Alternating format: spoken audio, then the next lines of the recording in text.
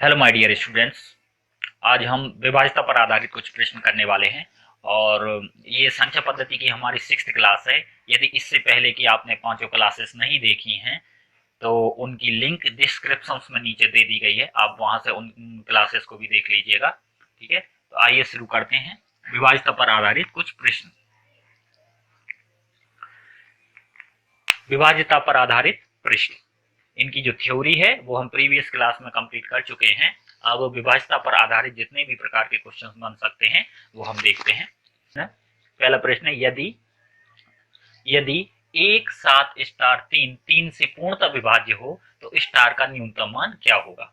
ठीक है, अब हमें ये देखना है, स्टार की जगह वो रख के देखना है जिससे कि इसका योग आए और वो योग हमारा 3 से विभाज्य होना चाहिए। ठीक है, तो पहले हम इनको देखते हैं। 7 और 1 8 और 3 11, ये टोटल हो गया 11। अब 3 से भाग देने के लिए हमें कितने की जरूरत है, 11 है। और अगर हम इस स्टार की जगह वो 1 रख दें, ठीक है, तो 11 और 1 कितना हो जाएगा, 12। मतलब कि अब हमारे जो अंकों का योग है वो 3 से विभाज्य है। इसका मतलब स्टार का जो न्यूनतम मान है वो क्या हो जाएगा, हमारा 1 हो जाएगा।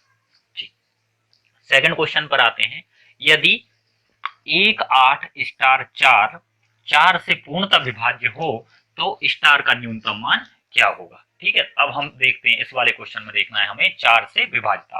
अब 4 से विभाज्यता के लिए हमने क्या देखा था कि जो संख्या है उस संख्या के अंतिम 2 अंक 4 से विभाज्य होने चाहिए। ठीक है, तो हमें आखिरी के 2 अंकों में कितने का भाग जाना चाहिए, हमारी संख्या में 4 का भाग जाना चाहिए। तो यहाँ पर न्यूनतम मान पूछा है, तो न्यूनतम मान अगर हम रखेंगे तो न्यूनतम मान तो हमारा 0 से ही काम चल जाएगा। अगर हम यहाँ 0 रख देते हैं तो 0 और 4, और 0 4 जो होगा वो हमारा 4 से पूर्णतः विभाज्य होगा। इसलिए स्टार का जो न्यूनतम मान है वो क्या होगा, हमारा 0 आ जाएगा। ठीक, थर्ड क्वेश्चन पर आते हैं। यदि 5 2 4 स्टार 8 से पूर्णतः विभाज्य हो तो स्टार का न्यूनतम मान क्या होगा। मतलब कि अब हमें ये बताना है कि यदि ये संख्या 8 से विभाज्य है तो स्टार की जगह क्या मान आएगा। ठीक है, अब 8 से विभाज्यता में हमने क्या देखा था, 8 से विभाज्यता में हमने देखा था कि कोई भी संख्या है वो 8 से विभाज्य होगी यदि उसके अंतिम तीन अंक आखिरी के 3 अंक 8 से पूर्णतः विभाज्य हों।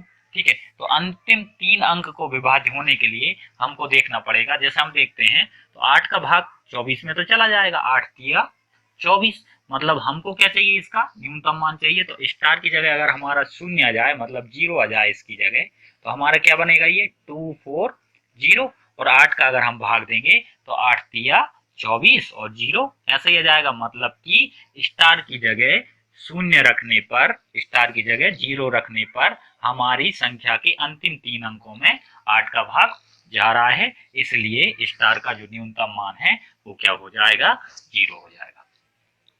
ठीक है, अब आते हैं हम नेक्स्ट क्वेश्चन पर। यदि 5 स्टार 6 9 से पूर्णतः विभाज्य हो तो स्टार का न्यूनतम मान क्या होगा। ठीक है, अगर ये संख्या है, ये हमारी किससे विभाज्य है, 9 से विभाज्य है, तो हमारे ये स्टार की जगह क्या आएगा, न्यूनतम मान। अब 9 से विभाज्यता में हमने क्या देखा था, 3 से और 9 से विभाज्यता बिल्कुल सेम हुआ करती थी कि जो अंकों का योग है वो अगर हमारा 9 से विभाज्य होगा तो वो पूरी संख्या भी 9 से विभाज्य होगी। ठीक है, अगर हम इन दोनों का भी ऐड करते हैं तो 6 और 5 कितना हो रहा है, 11। अब 11 हो रहा है। ठीक है, और अब 9 के विभाज्य के लिए हमें क्या रखना चाहिए, 11 में अगर हमने यहाँ 5 रखा तो 11 और 5 कितना होगा, 16। अब 16 तो हमारा 9 से विभाज्य नहीं होगा। ठीक है, 6 रखेंगे तो 11 और 6 होगा 17, ये भी हमारा 9 से विभाज्य नहीं होगा। और यदि हम ऑप्शन में से 7 उठा के इसमें रखते हैं तो 7 और 5 12 और 6 18, अंकों का योग आएगा 18 और वो 18 हमारे 9 से विभाज्य होगा। अतः जो स्टार है, स्टार का न्यूनतम मान क्या होगा, हमारा 7 आ जाएगा। ठीक है, क्योंकि स्टार की जगह 7 रखने पर ही अंकों का योग 18 आ रहा है, जो कि 9 से पूर्णतः विभाज्य है। नेक्स्ट क्वेश्चन देखते हैं, पांचवा। यदि 5 के 3 4 5 7 11 से पूर्णतः विभाज्य हो तो के का न्यूनतम मान क्या होगा। अब हमें देखना है 11 से विभाज्यता।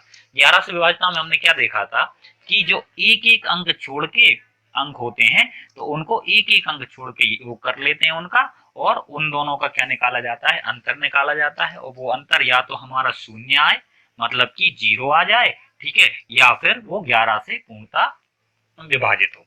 ठीक है, यदि हम यहाँ देखें, एक तो वो तरीका, एक और तरीका क्या है, अगर हमें कभी ऐसी पूछा गया हो हमसे कि बीच में कोई अननोन दिया गया हो और उसका मान पूछे, तो अंतर की बजाय हम दोनों पक्षों को बराबर में रख लेते हैं। मतलब कि एक एक छोड़ के पहले इनको जोड़ लेंगे। ये देखो, ये कितना होगा, 5 और 3 8, 8 और 5 13, तो ये कितना हो गया हमारा 13। ठीक है, और ये कितना हो जाएगा हमारा 7 और 4, 7 4 11 और 11 प्लस के, मतलब कि 11 प्लस के। और अगर हम 11 को इस साइड भेज दें तो 11 इसमें से 13 में से 11 जाएगा तो कितना बचेगा 2, तो 2 बराबर के, मतलब के का मान कितना आ जाएगा 2। तो के की जगह जो न्यूनतम मान है वो क्या रखना पड़ेगा, हमको 2 रखना पड़ेगा। तो हमारी जो संख्या है वो 11 से पूर्णतः विभाजित हो जाएगी।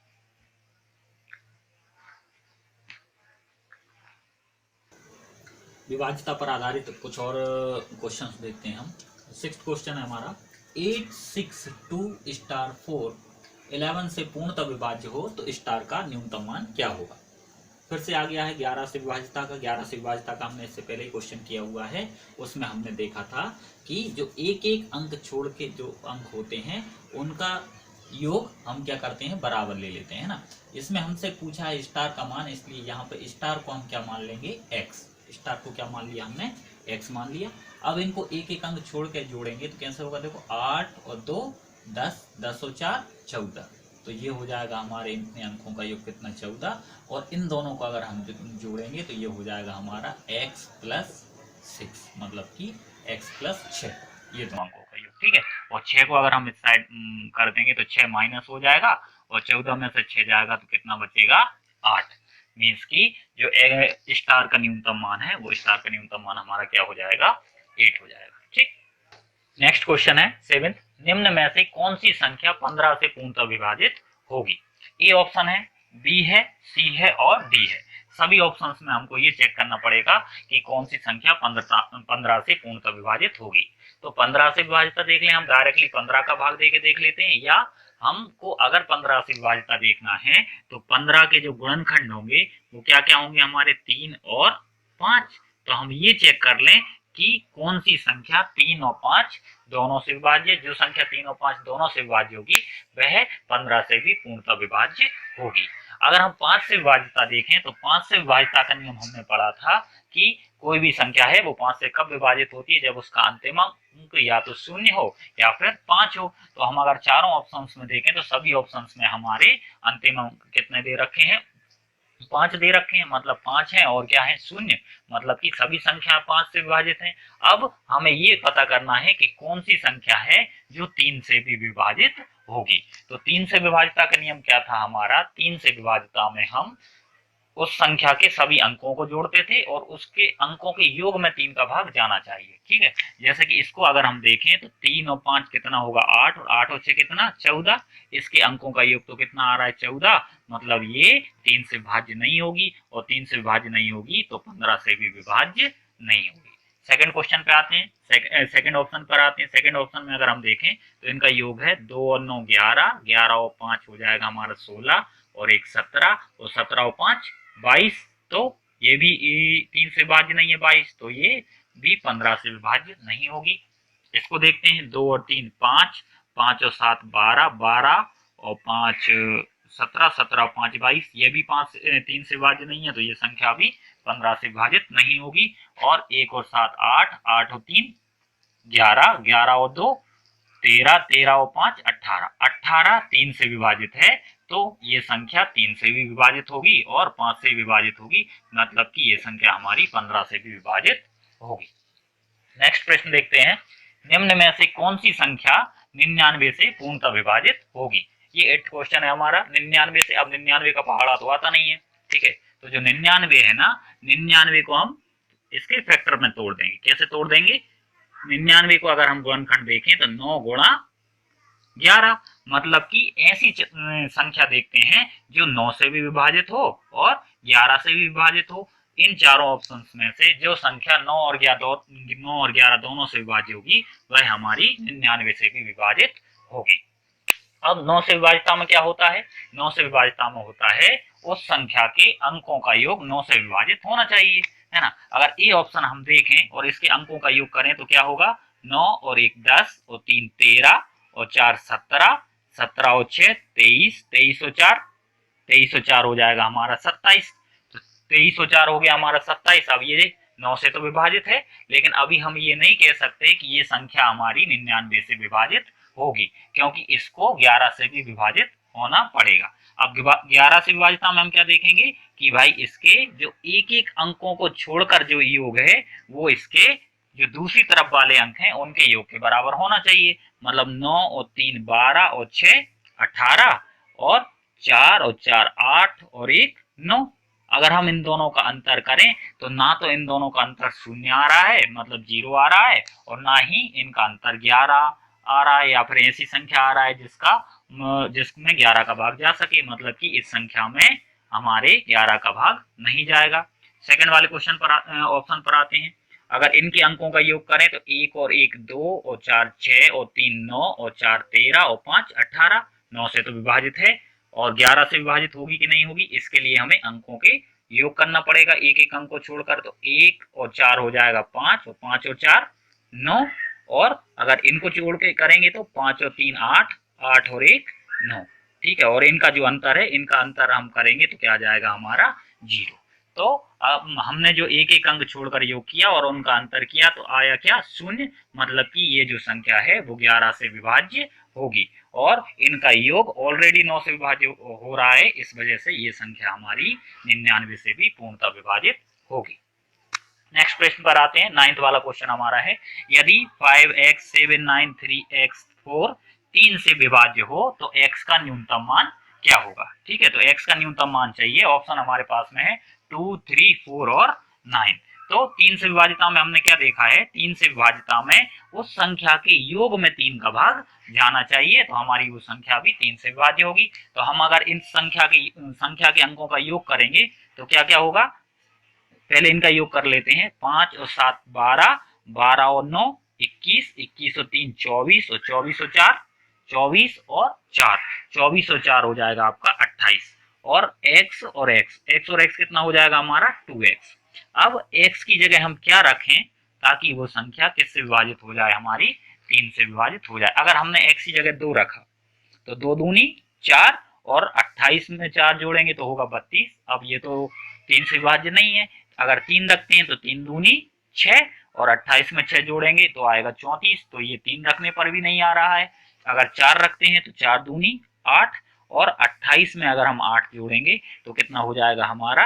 36। हाँ, 36 में 3 से भाग जा सकता है, 3 से भाग चला जाएगा, मतलब कि x की जगह पे हम क्या रखेंगे? 4।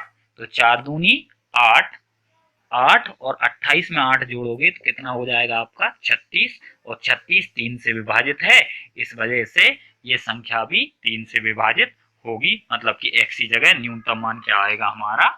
4 आ जाएगा। 10th क्वेश्चन पर आते हैं। लास्ट क्वेश्चन है हमारा, यदि 7 3 8 a 6 a 11 से पूर्णतः विभाज्य हो तो a का न्यूनतम मान क्या होगा? और 4 ऑप्शन हमारे पास में है 1 3 6 और 9। ठीक है, तो यहाँ पर हमें क्या चाहिए? a का मान पता करना है। ठीक है, a का मान पता करने के लिए वही होगा, 11 से पूर्णतः विभाज्य हमें देखना है, तो एक एक अंक छोड़ के उनका योग ले लेते हैं। मतलब कि 7 में जोड़ेंगे 8, 8 7 15, 15 और 6 कितना हो जाएगा हमारा? 21। तो ये हो गया हमारा 21, और ये हो जाएंगे हमारा a, और a हो जाएगा 2a, और 2a में कितना प्लस करेंगे हम? 3। a और a 2a, और 2a में क्या प्लस करेंगे हम? 3। मतलब ये हो जाएगा हमारा 2a प्लस 3। ठीक है, और इन दोनों को हम क्या कर देते हैं? बराबर कर देते हैं। ठीक है, अब 3 इस साइड आएगा तो ये हो जाएगा हमारा माइनस हो जाएगा, तो हो जाए बचेगा 18, और इक्वल में 2a, और 2 से अगर हम इसको काटेंगे तो 2 में 18, मतलब कि a का मान कितना आ जाएगा? 9। तो यहाँ पर जो हमारा 4th ऑप्शन है वो हमारा 9 आंसर आ जाएगा। ठीक है, तो ये थे हमारे विभाज्यता पर आधारित कुछ प्रश्न। जितने भी प्रकार के क्वेश्चंस पूछे जा सकते थे वो हमने 1 बाय 1 कर लिए हैं।